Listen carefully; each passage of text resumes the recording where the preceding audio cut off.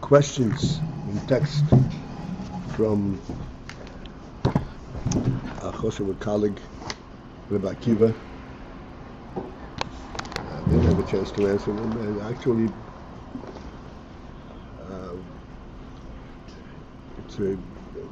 I'm going to start attending with the question.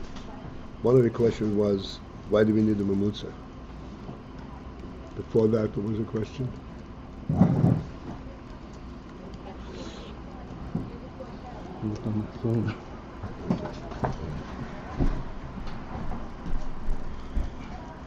All right. So, actually, in the very presentation of the principle of a mamutza lies the answer why we need a mamutza.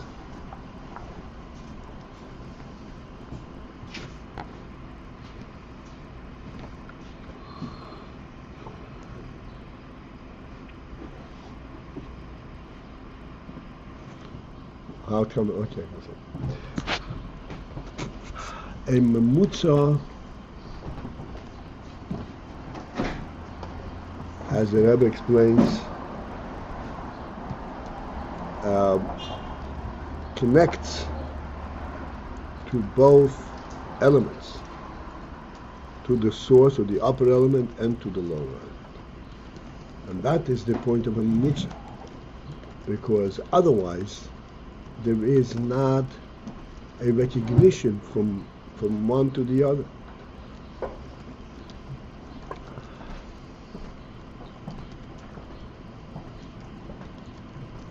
I guess my question was if... No, okay. Yeah, okay.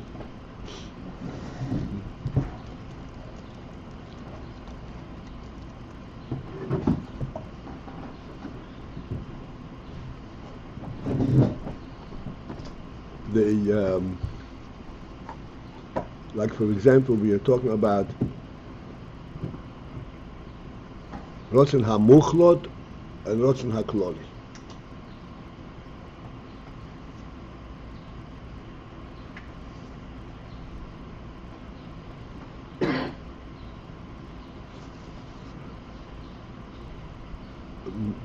We discussed this a little bit. What's Rotzen HaMuchlot? The principle of Rotzen HaMuchlot is that even though there is a Rotzoin, but he decided that there was a decision that Oilamus is a viable entity, let's say. Rotzen Oilamus. But the Rotzen Oilamus at that stage does not pay attention to Oilamus per se. The viability of Oilamus at that stage is from the perspective of Atzmus itself. That Atzmus has a cognizance from in itself that there is an Inyan Atzmi in world to transition from seeing world from a personal, so to speak, internal perspective to an actual functional external perspective is a transition of enormous. There's an enormous gap there, and to draw from one to the other, you need a mamutza. That is where the mamutza comes in, and we'll talk about how the mamutza accomplishes this.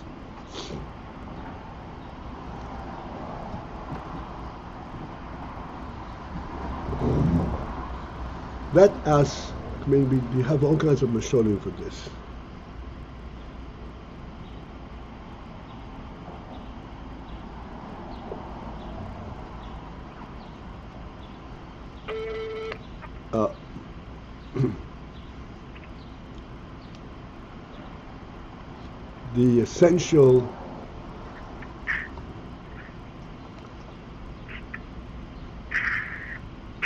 The essential human I don't want to go very too extreme. The essential human desire to be a human being. And we said it's conceivable that this human being is drowning in smut, in darkness, and he's still a human being, and that essential will is still there. And the fact that he is in dirt doesn't seem to disturb it. He doesn't have an reaction to it.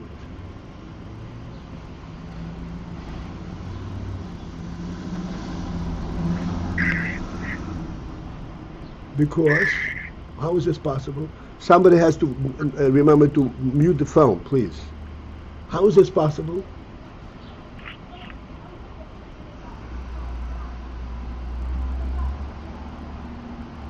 It's possible because of the following. Please, let's follow through this. Yes, indeed, he is a human being, and he has an inherent desire to be a human being. This is a personal, internal desire. The fact that when he is in dirt is contrary to his being a human being, he doesn't connect to that. That essential reality remains there. What does that have to do with what he is occupied with? He doesn't connect between his essential essence and what he is occupied with in his activities.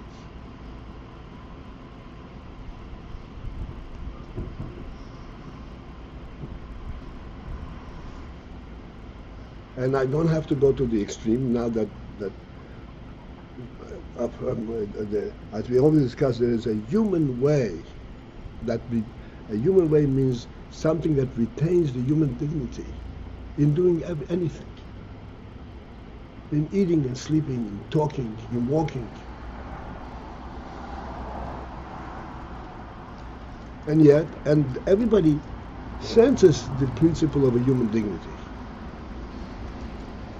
I don't say everyone, but even if he doesn't sense it, but he possesses it.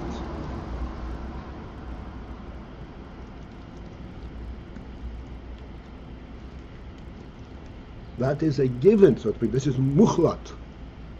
That a human being has to be a human being.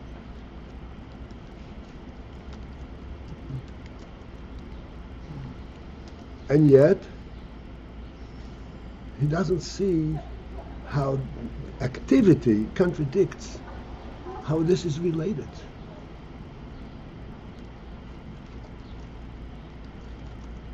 Because this is an external and insignificant thing. He doesn't connect.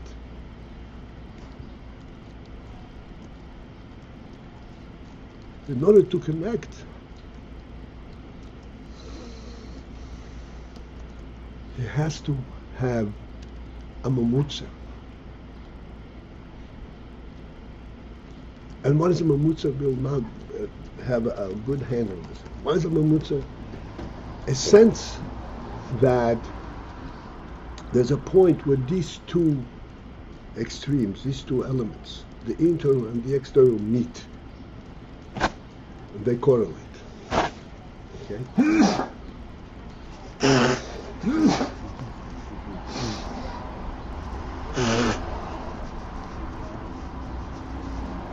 Okay. A human being has to be a human being. Eating is not a human activity. It's nothing to do with a human being. An animal also eats.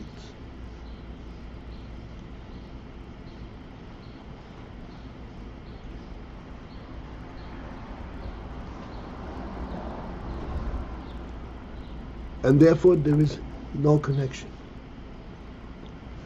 And when he is presented, when he realizes and understands the function of eating, for example, from a different level, from a different perspective. Like you mentioned yesterday, right? No, you mentioned the other day. Yesterday I mentioned someplace else. Ayin eats in order that he should live, in order he should be a human being, in order he should be Ayin. He doesn't eat to fill his belly. doesn't need to be able to eat more. Eating has a function, has a human function. This is true by Yid, and really by a goy who is also respectful of his humanity, it's also true. He eats and he finishes his meal, and now he has to go and do what a human being is supposed to be doing. Therefore, there is a human element in eating. It is not just the exercise and the of chewing the food and filling the belly.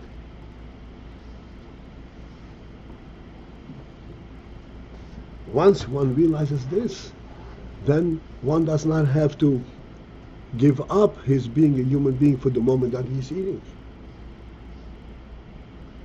Therefore, he can be a human while he's eating. And therefore, there is a demand that he may retain, so to speak, as I said, the human dignity while eating. Even though these are two different worlds, it's not two different worlds.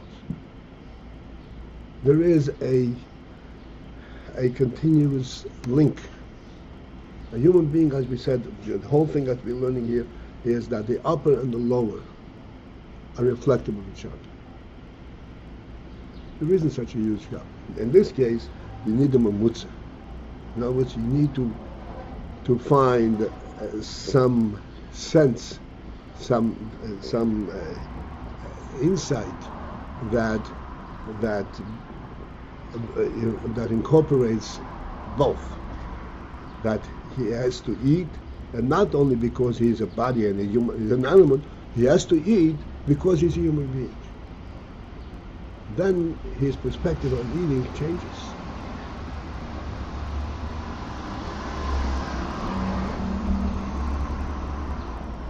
This is the principle of mamutza.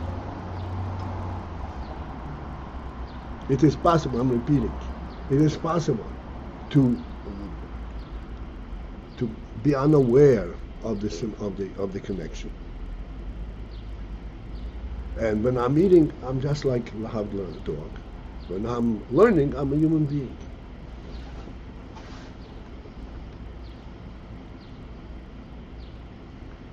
But there is a much deeper and greater insight. No, I'm always a human being.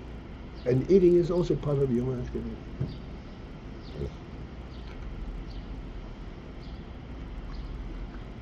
Is there a way to identify what that mamutza is? What? Is there a way to identify what that mamutza is between the essence of being a human being and the functional things? And what is that mamutza? Seichel?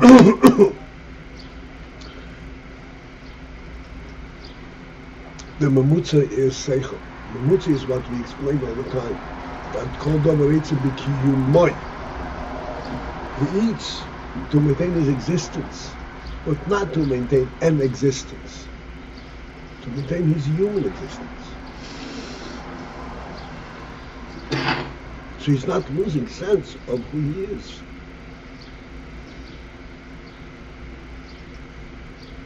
That is the mamutza.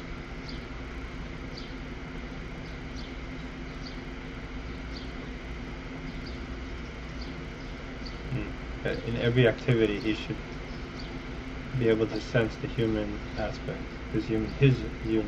That's why there's a human value in that activity, and that what helps him to maintain his human dignity in that activity.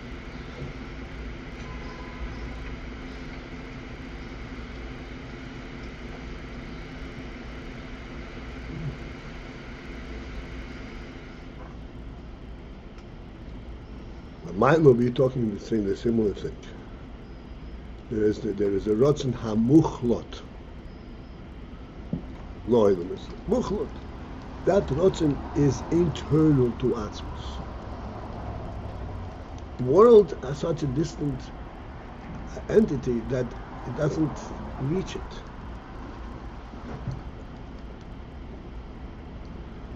There is a pasuk, we say it in davening Rosh Hashanah, and we learn in Chassidus that actually our activities, how can they possibly offend, touch the neighbors?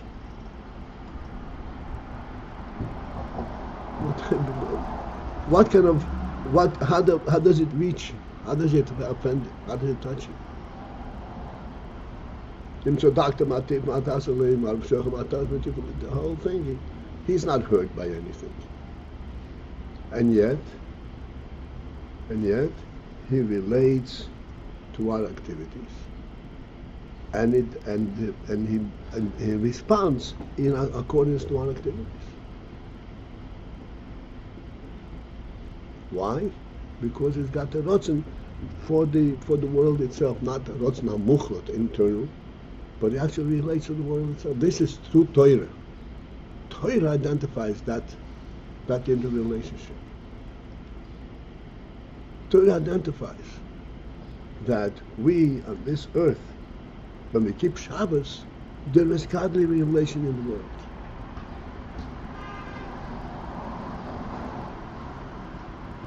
And when we learn in Torah, there's a godly relation in the world. Our learning is in essence so insignificant. No, Torah says there is great significance. And through that there is this link.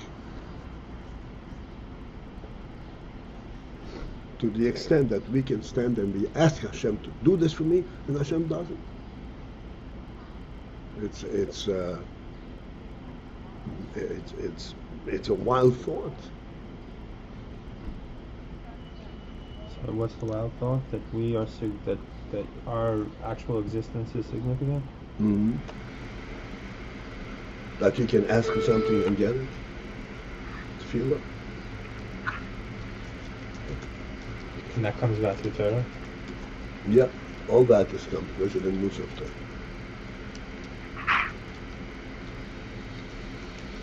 The Hashem Torah contains, as the Torah contains both elements.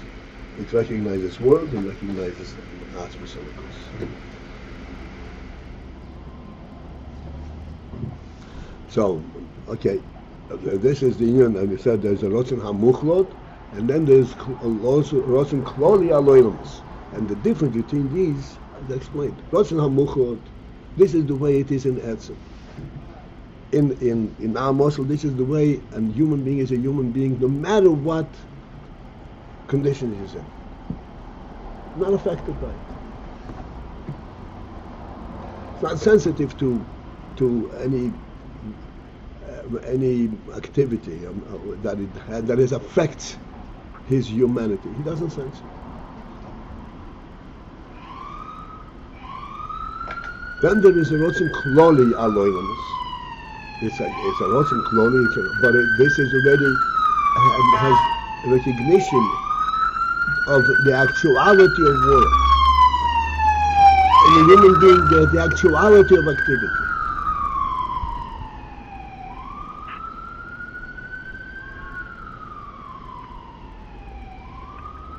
It's not a question of this activity or that activity, but in general, activity in the world is significant from the point of view of what a human being is.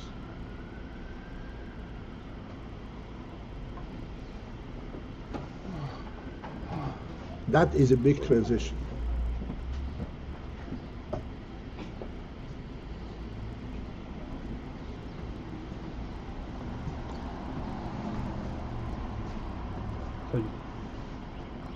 Just a question. The last couple of classes you've been talking about. The last couple of classes you talked about the significance of the Ratzon HaMuchlat. That even though it is a Ratzon, it's yet the paradox is that it's all included in the Etzem, where there's no. It's like it always existed, so to speak. Even though. So, what's the significance of that? I mean, is that? I was just trying. I mean, you explained that. It's just the significance of that can only be understood from the approach that I presented it. A rock is an etzem, and the shom is an etzem. And what is the difference?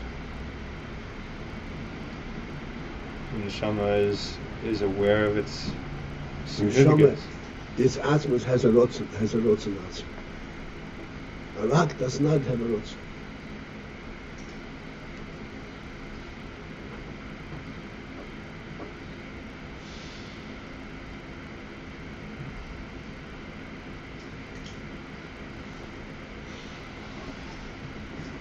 The human being is an atma. As we say, really a human being, no matter what you do to him, is going to remain a human being. Even if he acts like an animal.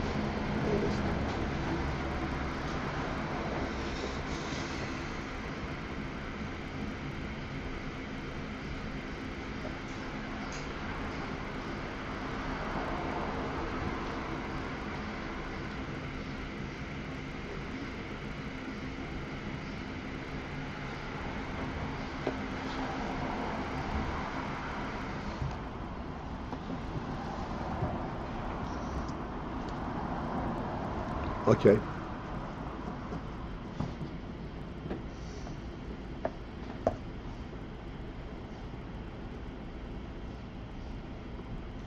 And this Koyach Havdalah, we haven't gotten to that yet, right? What? Koyach Havdalah in the Hisnasus? Yeah, sure we went through. Hisnasus are melech.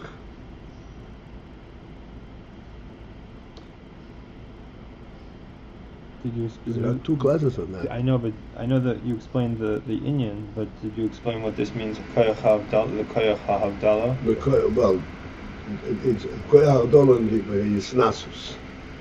That the Koyach where he can act from a supreme perspective,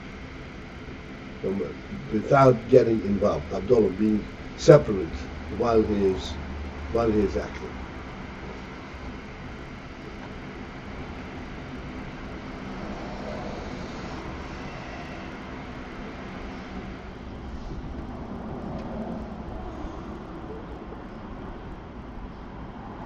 Sorry, and when this goes al ha'am, this means that the am also has this element as well. This is what in other words, the melech is bestowing this quality on the people. No. Al ha'am means that he's destroying he's not elevating the people by allowing them to be relating to him.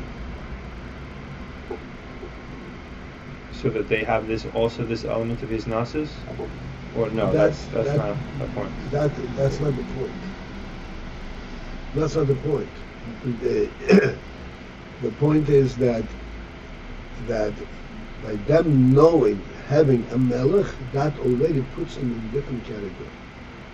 In what category? In a category of real significance, of real value. Not a significance that is only due to consequence. If you do this is going to happen. But to a significance of that has a true value. Like we said, that the Chacham said, I don't know if I choose the king. What does he get out of choosing the king? Nothing. Practically speaking.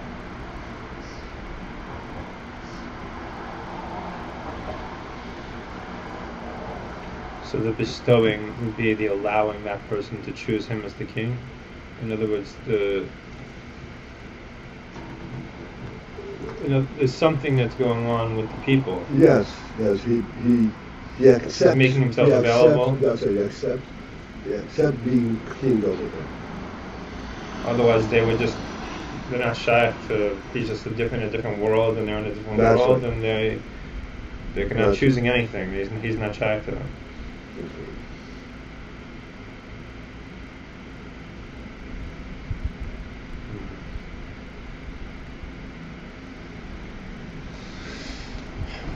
Right.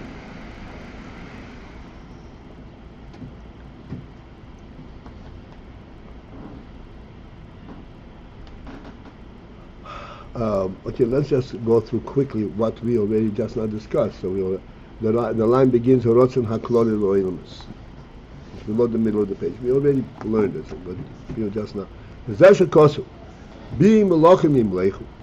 This is what the Pasuk says. Bi Melachim Melachim. Melachim reign, king's reign be through me, which is the Yois Mibchinas Yisnasus Atzmus, which means that in order that there should be from that Bechina which is called Yisnasus Atzmus, Shehu Bechinas Koyach HaAvdolah Vayisnasus, which is that Koyach HaAvdolah, the Koyach of separateness and supremacy, Hamusheshes Be'atzmus, that is actually rooted in Atzmus itself, in order that from this should be Bechinas he said Rotzin Kaviochel Bisnasus Alam, that from this should come a Rotzin Kaviochel, that he should be Nusus Alam related to the Am and be separate and therefore elevating himself over the Am and thereby giving the Am a relationship to him, which is essentially expressed in this Rotzein, Ano Emlech, I shall be king. I shall be king is not something that complements him. This is an expression of himself, giving himself over to be king. Zehu, how is this materialized? How is this occur that he should want to be a king? Zehu alidei amtzoros haTorah. This is as a result and by the services of the intermediacy of Torah. Torah brings this, makes a shidduch, so to speak. And this is also the principle of the Gemara says, B'min nimlach, who the Hashem consult. Nimlach means consult. Who the Hashem consult prior to creating the world. And consultation over there means what enticed him to create the world. The projection and the anticipation of seeing the Inyan of Torah and in Israel, that enticed him to become king of the world. That's the Hamloch. Again, and the anticipation of what? That in the world to be Israel and Torah. And that enticed him to be king. Omnam. Okay. However, see, this is the after. Omnam. However, Bereishis, Bishvil Yisrael, Bishvil HaTorah. Bereishis are the measures. Bereishis is Beis Reishis. There are two Reishis. There are two initial enticements in the creation of the world. What are the two? Bishvil Yisrael or Bishvil HaTorah. So Yisrael also are in the initial stage of consultation, so to speak. Which means, Harei ken in hamamutza or Bishvil Nishamas Yisrael. Which means that actually the principal aspect of Mamutza, what is the real Mamutza that brings the world into creation and that brings Hilchus into the world, it is Fil Nishamas Yisrael. The Mamutza is Neshamas Yisrael, or it's on behalf of? I didn't catch it.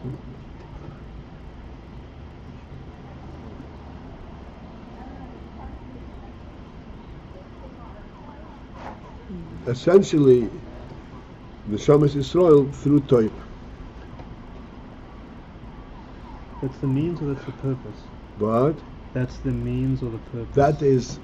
That is the enticement, and therefore that becomes the purpose. The enticement means that he projected the Neshamas Yisrael in the world, and that became the enticement, and that was the means how the world came to be. So in a way it's both. It's by means of this and for the sake of the same thing, yeah? We have to understand, okay? Mamutza means something that intermediates, which means it incorporates both levels. The Neshamas Yisrael are like in the world. Yidden are in the world. Even as Goyim are in the world.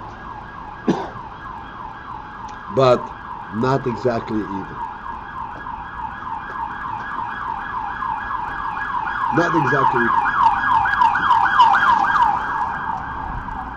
They function in the world. Like I said before, they have to eat, they have to work. But their existence in the world represents something aloof, something which has not embraced them into worldliness.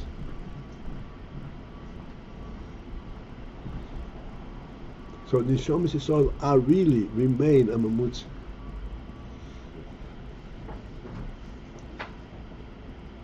They bring godliness into the world.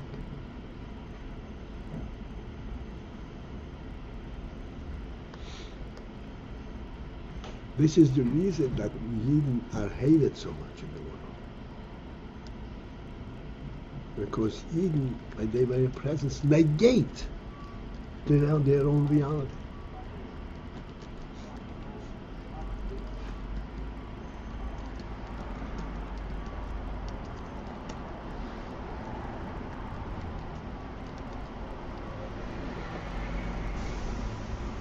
It's really boggles the mind. What is the hate and the terminology which is used to express what Yidden are?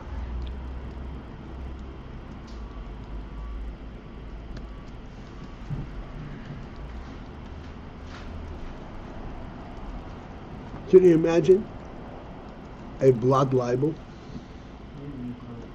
A blood libel on Yidden.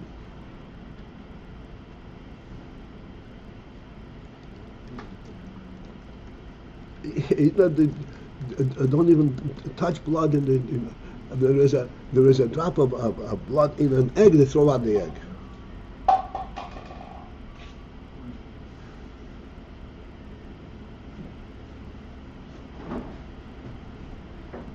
Where is the whole concept of blood libel?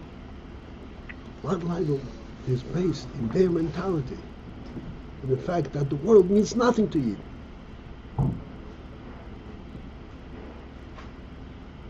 They're not part of the world. They bring a blood libel because it upsets them how much the world means nothing to the Yidden. So they. This is what made it possible for him to even to think of it. Yidden are liable to anything because the world means nothing to them.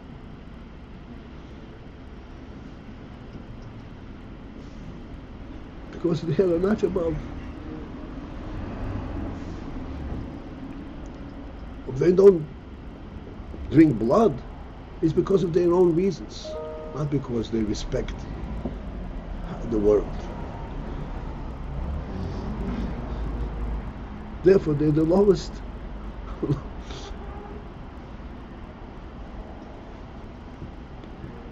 All right, overstayed. Have a good day. Have a good day. Can we continue in Mitchell tomorrow morning? Call to.